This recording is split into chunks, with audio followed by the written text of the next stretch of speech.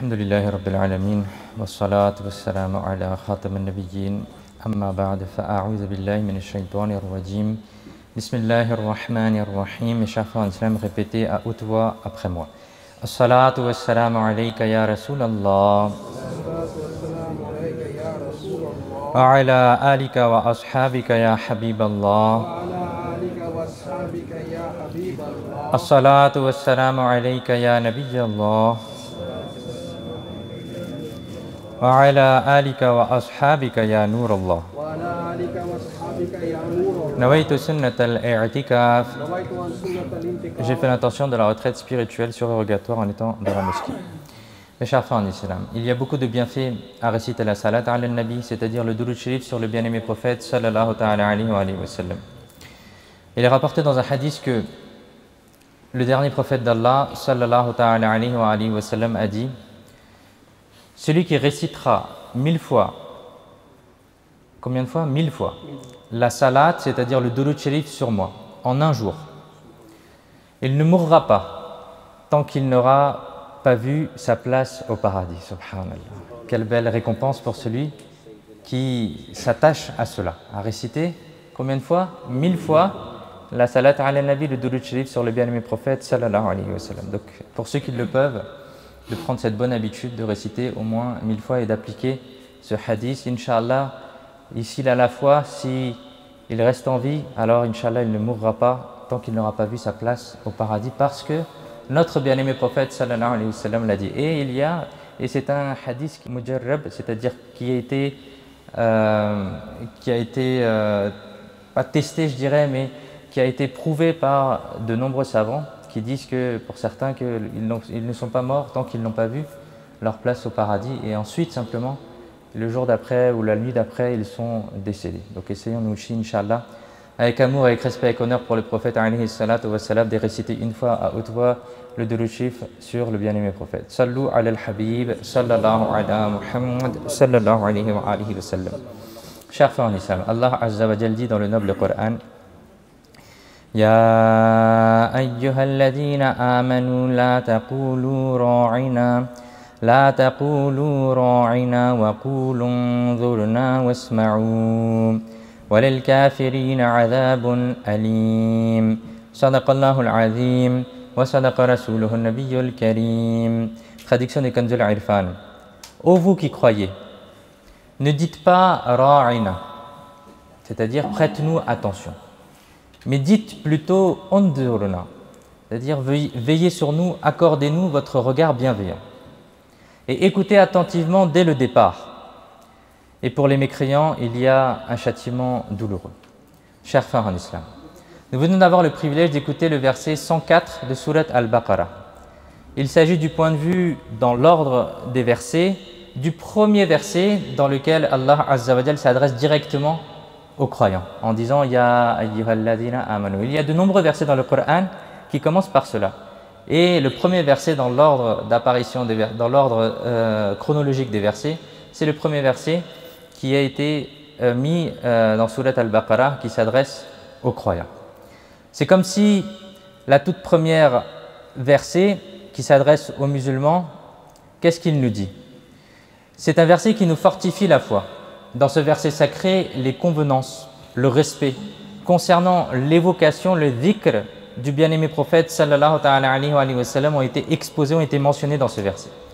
C'est comme si la toute première exigence du noble Coran envers les croyants est d'observer un profond respect, une profonde vénérance envers le bien-aimé prophète sallallahu ta'ala alayhi wa sallam. Si ce respect est en place, alors l'ensemble des ibadah, des adorations seront acceptées. Mais si ce respect vient à manquer, alors même des milliers de prières, de jeûnes ou de lectures intégrales du Coran n'auront aucune valeur. Retenons bien qu'un seul mot d'irrespect prononcé à l'encontre de cette prestigieuse personnalité à la dignité suprême peut réduire à néant, à zéro, l'adoration la plus sincère durant des milliers d'années. Allah Azza wa Jal, il dit dans Surat Al-Fath, verset 9, traduction: afin que, aux gens, vous croyiez en Allah et en son messager, que vous honoriez et respectiez le messager, et que vous proclamiez la pureté d'Allah matin et soir. Allah Hazrat l'imam Ahmad Razakhar rahmatullahi alayhi explique à propos de ce verset: 3 ordres ont été donnés dans ce verset. Ayez la foi en Allah. Deuxième chose, respectez et honorez énormément le bien-aimé prophète sallallahu ta'ala alayhi wa sallam. Et ensuite, simplement proclamez la pureté d'Allah matin et soir, c'est-à-dire accomplissez des ibadah. Allah Hazrat l'imam Ahmad al-Zakhar rahmatullahi alayhi a dit veuillez méditer sur cet ordre et en particulier sur l'ordre de ces ordres-là. Sur l'ordre de ces ordres-là. L'ordre de croire vient en premier. Première chose, c'est d'avoir la foi, d'accepter l'islam. À la fin, l'ordre qui est donné, c'est celui de la ibadah, d'adorer Allah matin et soir. Et au milieu, qu'est-ce qu'il est donné? Il est ordonné de la vénération, le respect du bien-aimé prophète sallallahu ta'ala alayhi wa sallam. Cela indique que le fondement du salut, le fondement de nos ibadah, le fondement de nos adorations réside dans la vénération, dans le respect pour le bien-aimé prophète sallallahu ta'ala alayhi wa sallam. Si la personne a cela, alors sa foi est acceptée et ses adorations, ses ibadah sont aussi acceptées. Mais si cette vénération, ce respect que le musulman doit avoir dans le cœur n'existe pas, alors ni sa foi ne sera acceptée, ni ses adorations ne pourront être valides. Qu'Allah Azza wa Jal nous accorde le bienfait de vénérer pleinement, correctement le bien-aimé prophète sallallahu ta'ala alayhi wa sallam. Amin bijahi khatam al-nabiyyin sallallahu ta'ala alayhi wa sallam. Sallu ala al-habib sallallahu ta'ala ala Muhammad sallallahu alayhi wa sallam. Venez, maintenant on va essayer de comprendre, Inch'Allah, ce verset. Il existe différents contextes pour ce verset. Quel est le contexte de la révélation de ce verset? Mais le contenu et le sens restent quasiment identiques. La situation était la suivante. Lorsque notre bien-aimé prophète sallallahu ta'ala alayhi wa sallam s'adressait aux honorables compagnons, il arrivait parfois qu'un compagnon ne comprenne pas certains propos ou rencontre une difficulté à comprendre. Alors les compagnons, avec le plus grand respect, s'adressaient au bien-aimé prophète sallallahu ta'ala alayhi wa sallam en disant « Ra'ina ya Rasulallah sallallahu alayhi wa sallam. Ra'ina ya Rasulallah sallallahu alayhi wa sallam. Ô messager d'Allah, accordez-nous votre bienveillance. » C'est-à-dire on n'a pas compris. Et la manière de formuler des compagnons, c'était pas « est-ce que vous pouvez répéter ?» Non, c'était « accordez-nous votre bienveillance ». C'est-à-dire, c'était une formule extrêmement polie, extrêmement de respect envers le bien-aimé prophète sallallahu alayhi wa sallam. C'est-à-dire que votre dignité dépasse tout ce que l'on peut imaginer. Il n'existe aucune imperfection dans votre parole sacrée. Cette parole majestueuse est un ensemble de sagesse et de grandeur, mais ya Rasulallah sallallahu alayhi wa sallam, nos esprits sont demeurés limités dans la compréhension de cet enseignement. Permettez-nous de nous expliquer davantage en tenant compte de la faiblesse de notre compréhension. Regardons, c'est une parole remplie de respect. Mais d'autres personnes, qu'est-ce qu'ils ont fait? Ils ont joué avec ces mots-là. Et ils ne prononçaient pas ce mot-là exactement comme on vient de l'entendre. Et comme les compagnons alayhim ridwan le disaient, mais ils tordaient un peu la langue en forçant sur l'intonation. Et le noble Coran a dit وَرَاعِنَا لِمْ بَأَلْسِنَتِهِمْ. Et ils disent ra'ina en tordant la langue. C'est-à-dire que ces personnes prononçaient aussi le mot ra'ina, mais ils tordaient, déformaient leur langue en le prononçant. Par exemple, ils pouvaient dire, un exemple, ra'ina, en prononçant ra'ina. Autrement dit, ils allongeaient légèrement une voyelle. Et le sens de ra'i est accordez-nous votre intention. Mais si on l'allonge un peu le ayn et on dit ra'ina, cela donne un berger. Ce malheureuse personne utilisait les mêmes mots que les honorables compagnons alayhim ridwan en s'adressant, qui eux s'adressaient dans un profond respect. Mais ces personnes-là, ils les prononçaient de manière à changer le sens, ce qui lui donnait un sens d'irrespect. Et à ce propos, ce verset sacré a été révélé. Allah Azza wa Jal, il dit Ya ayyuhalladhina amanu la taqulu ra'ina. Ô vous qui croyez, ne dites pas ra'ina. Arrêtez de dire maintenant ra'ina. Regardons comment l'approche du noble Coran est belle. Comme le soin apporté au respect de la dignité du bien-aimé prophète sallallahu ta'ala alayhi wa sallam est remarquable. Les honorables compagnons alayhim ridwan, lorsqu'ils prononçaient un mot, utilisaient toujours un mot poli, un mot qui est différent des autres.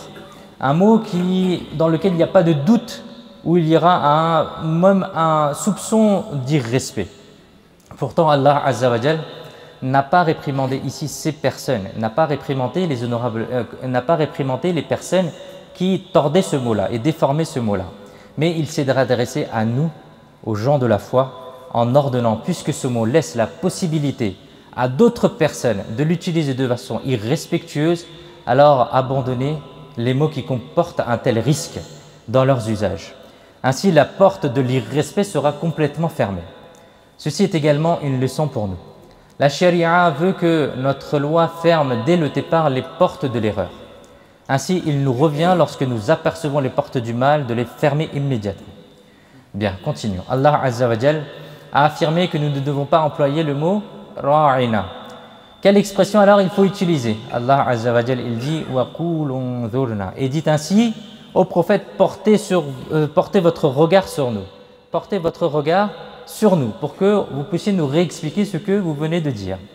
C'est-à-dire, dites unzurna, c'est-à-dire ya Rasulallah sallallahu alayhi wa sallam, accordez-nous votre regard de bienveillance. Wasma'u. Et ensuite il a dit dans la suite de ce verset, et écoutez attentivement dès le début. C'est-à-dire, écoutez la parole sacrée du bien-aimé prophète sallallahu alayhi wa sallam avec toute votre attention dès le début. Ainsi, le bien-aimé prophète sallallahu alayhi wa sallam n'aura même pas à se donner la peine de répéter ce qu'il vient de dire. وَلِلْ كَافِرِينَ عَذَابٌ أَلِيمٌ. Et il y a pour les mécréants un châtiment douloureux. C'est-à-dire, vous devez arrêter d'utiliser ce mot. Quant à ces malheureux blasphémateurs, quant à ces malheureuses personnes, un châtiment douloureux les attend. Chers frères en islam, en ce qui concerne ce verset, essayons d'abord de réfléchir à cela. Il est dit « Ya ayyuhalladhina amanu » ô vous qui croyez. Est-ce que par ces croyants, on désigne uniquement les honorables compagnons alayhim wa ridwan? Ou est-ce que nous aussi, on est compris dans cette affirmation-là? Effectivement, nous sommes bien inclus dans cela. Donc, tout comme les honorables compagnons alayhim wa ridwan ne pouvaient pas utiliser le mot ra'ina, nous non plus, aujourd'hui, ne pouvons pas utiliser ce mot-là. Nous apprenons donc que ce verset sacré s'adresse à tous les gens de foi, jusqu'au jour du jugement. Et quelle grandeur dans ce verset il a été ordonné wa qul unzurna, et demandez plutôt ainsi que le bien-aimé porte son regard sur vous. C'est-à-dire, vous qui avez la foi, dites Ya Rasulallah sallallahu alayhi wa sallam, accordez-nous votre regard bienveillant. Subhanallah. Ceci est le premier appel qui s'adresse aux gens ayant la foi. Et il leur est ordonné de s'adresser au bien-aimé prophète sallallahu alayhi wa sallam avec un extrême respect et de ne pas utiliser des mots dans lesquels il y a même un doute que ce pourrait être de l'irrespect. Et de dire unzurna. Alors pourquoi on ne dirait pas Ya Rasulallahi undur halana, Ya Habib Allahi isma' qalana, innani fi bahri gham mughrani khud yad lana sahil lana ashqalana. Ya Rasulallah sallallahu alayhi wa sallam, portez un regard sur notre situation. Ya Rasulallah, écoutez notre appel. Je suis vraiment submergé dans l'océan de la tristesse, saisissez ma main et facilitez mes épreuves. C'est une formule de istirasa, c'est-à-dire de demande directement au bien-aimé prophète sallallahu alayhi wa sallam. Et comme on a pu le voir, le istirasa est autorisé en islam. Sayyidina Ali ibn Mustafa al-Asqalani rahmatullahi alayhi rapporte que un jour nous voyageons à bord d'un navire. Soudain une tempête est arrivée. Elle était si violente que nous avions été en grand danger de naufrage. Lorsque, lors d'un voyage en mer, une telle situation se présente, on allège la barque. On a peur que le navire se renverse, on jette toutes les affaires qui peuvent être jetées à l'extérieur. Et ainsi, il est dit que, étant donné que le navire bougeait, nous avons pris nos affaires et les avons jetées à la mer, afin d'alléger le navire. Néanmoins, le navire continuait à bouger, à tanguer. Et il ne nous restait alors plus qu'un espoir. Nous avons tous commencé à présenter un istirasa dans la cour du bien-aimé prophète sallallahu alayhi wa sallam. Et ensuite, il dit que Sayyidina Ali al-Mustafa rahmatullahi alayhi dit que c'est alors que la tempête s'est calmée. Et par la suite, aucun problème n'a surgi durant notre voyage. Chers frères en islam, nous devons aussi présenter nos requêtes, nos demandes au bien-aimé prophète sallallahu alayhi wa sallam en disant Ya Rasulallah, unzur halana, Ya Habib Allah, isma' qalana. Ya Rasulallah sallallahu alayhi wa sallam, prêtez attention à notre situation. Ô messager d'Allah sallallahu alayhi wa sallam, accordez-nous un regard de grâce. Si nous agissons comme cela, Inch'Allah al-Karim, nous en recevrons la récompense. Chers frères en islam, Allah Azza wa Jal, il dit que, ô vous qui croyez, ne dites pas ra'ina, mais dites plutôt unzurna. Accordez-nous votre attention au prophète d'Allah. Nous retenons de cela que lorsque nous mentionnons le noble messager, le bien-aimé prophète sallallahu alayhi wa sallam, il nous incombe de choisir des mots avec la plus grande précaution et d'adopter une attitude empreinte de profond respect.